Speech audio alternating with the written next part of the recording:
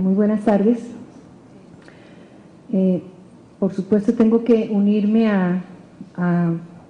digamos, a las palabras y a los mensajes positivos que se han expresado el día de hoy, porque este tema de los trámites viene de procesos complejos en el país y en la ciudad de Bogotá, que lo incorporó en plan de desarrollo como meta.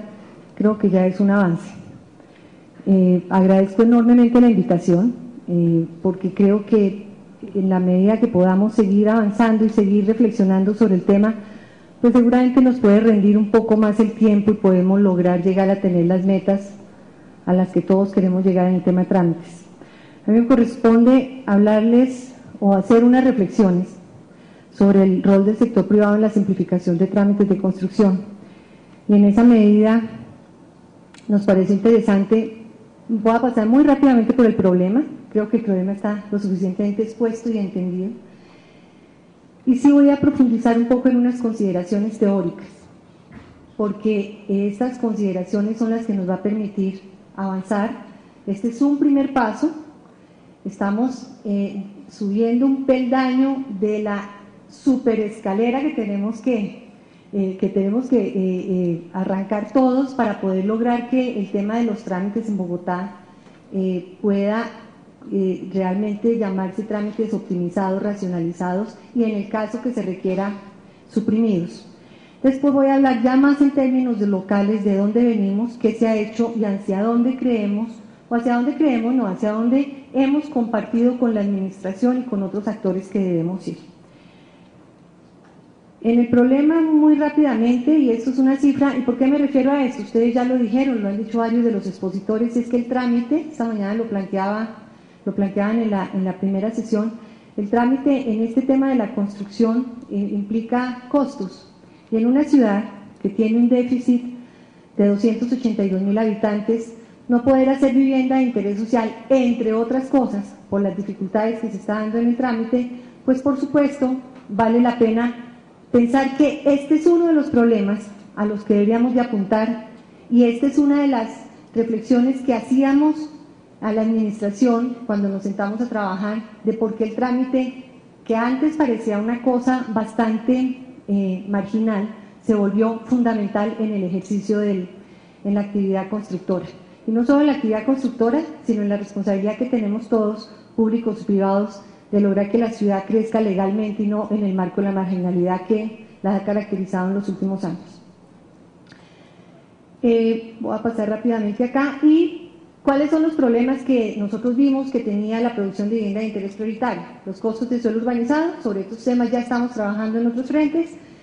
El tema de esquema de cargas generales que ha adoptado Bogotá en la política pública, ese tema también lo estamos abordando por otro lado. Y nos dimos cuenta, como les digo, que el trámite empezó a tener un impacto importante en la producción de vivienda de interés social de la ciudad. Entonces hoy, como el tema es trámite, me voy a referir a esa parte. Y por supuesto el problema de trámites pues radica en muchas cosas, radica en que hay unas dificultades en las falencias de tipo institucional. Y yo creo que es muy importante entender que cuando se habla de falencias y cuando hablamos de tipo institucional nos estamos refiriendo a todo. Nosotros creo que hemos madurado colectivamente que cuando se lanza una crítica y se lanza con una propuesta, pues se debe recibir así, y es de lado y lado, del público y del privado.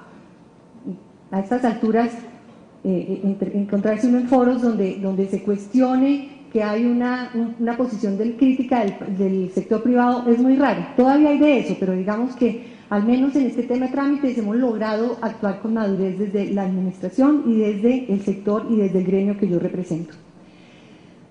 Esas falencias entonces nos han llevado a un exceso de trámites que en Bogotá lo que tienen de dificultad es que hay unos innecesarios, y ojo, en el último panel se habló mucho de tengamos cuidado de sacrificar calidad y seguridad por andar quitando trámites, pero cuando la cosa se estudia en detalle, técnica y científicamente, por supuesto que sí se pueden tomar decisiones en ese sentido. Y lo otro es la multiplicidad. Hay veces hay unos problemas de competencias entre las entidades que hacen que una pida lo mismo, la otra también, la tercera también y hay veces la cuarta también. La duración excesiva de los trámites, inclusive por encima de los términos de ley. Ya hay unos temas que nosotros hemos insistido, o no, ya no, bueno, en algún momento dijimos, bueno, ¿y para qué están las entidades de control? Pero nos dimos cuenta que es muy difícil llegar a las entidades de control para efectos de esto, porque finalmente, si el funcionario no quiere, no quiere, así tenga a cualquier entidad de control encima, y porque además nos dimos cuenta que al empresario no le interesa hacerle daño al funcionario, sino lo que le interesa es que le salga el trámite para empezar, en este caso de la construcción, a adelantar sus proyectos. Y hay un tema que para nosotros es fundamental y creo que va a ser uno de los pasos, y está al final un poco más desarrollado, y es ¿qué hacemos con la claridad de la norma? Y yo me estoy hablando muy de Bogotá porque es el tema, además que conozco, el que represento y el que hemos trabajado con IFC y con la Administración Distrital, y es que sí creemos que detrás de esa cantidad excesiva de trámites hay también un problema de calidad de la norma. Por supuesto, esto incrementa los costos y afecta la viabilidad de los proyectos. Esto sumado a las dificultades en la gestión del suelo y a las sobreespecificaciones técnicas, pues por supuesto le pega a la inversión privada, saca del mercado las soluciones, en este caso me estoy refiriendo a Visivir, pero por supuesto yo no represento solo a los constructores de vivienda de interés social, este es un trabajo que lo hemos hecho con una mirada integral, pero nos llamó, digamos que lo que nos puso a preocuparnos es que sí empezó a pegarle de una manera importante a la vivienda de interés prioritaria y por supuesto actúa en detrimento de la calidad de vida, de la calidad de la vivienda y de la calidad de la ciudad. Y me quiero referir muy rápidamente a unas consideraciones teóricas, espero no aburrirlos, pero es que creo que acá ya estamos dando un paso, pero también creo que todos debemos aprender y mirar, porque es súper bueno este foro, porque es que estamos mirando qué está pasando afuera, y creo que es una manera de superar el problema. Entonces, en estas consideraciones teóricas, lo que queremos es ver, después que pasemos esta primera fase y de pronto la segunda, no paremos ahí, miremos cómo más podemos avanzar en el verdadero rol del sector privado en estos temas de mejoramiento en el tema de trámites. Y hay tres cosas claves que enmarcan lo que es el tema de las licencias de construcción, por ejemplo. Tenemos una definición de normas, la definición de las reglas de juego, eso toca mirarlo en el momento, el trámite es el resultado de ese primer paso. Un segundo tema que es la ejecución de la norma, es usar esa norma que nos están otorgando. Y tercero, el control de procesos, y aquí se habló mucho. Muchas veces el tema de la seguridad de la obra o de lo que está pasando es el espacio, ese hoyo negro que hay entre lo que se licencia y lo que se construye. Entonces digamos que ahí el tema del control entra a jugar un papel importante. Y en esto hay dos agentes claves que son los agentes públicos y privados. Y cuando yo hablo de privados quiero que entiendan que hablo de privados como un todo, donde eventualmente el constructor, si vamos a hablar solo de nuestra actividad, puede ser un tercer agente, por supuesto privados, pero en estas reflexiones, estos modelos teóricos que voy a plantear, cuando hablo de privado quiero que no vayan a entender, están hablando por los constructores industriales, estoy hablando de todos los privados, de hecho tenemos un ejemplo de cómo el privado en otros escenarios puede enmarcarse muy bien en estos modelos. Y el primer modelo que yo traigo es un modelo que también nos da la teoría, ahí están las fuentes de unos estudios que analizamos para el efecto, donde es un modelo intensivo de la participación privada. Y ahí, cuando estamos hablando de quién hace qué, lo que es muy importante es que el que hace la tarea está asignando recursos. Primer tema para tener en cuenta, entre más concentrado esté el tema en el público, más asignación de recursos tiene que hacer el público para cumplir esa tarea. Ahí planteamos, hay dos modelos, ustedes los ven, yo no voy a ir señalando porque creo que se ve, bueno, y hay varias pantallas.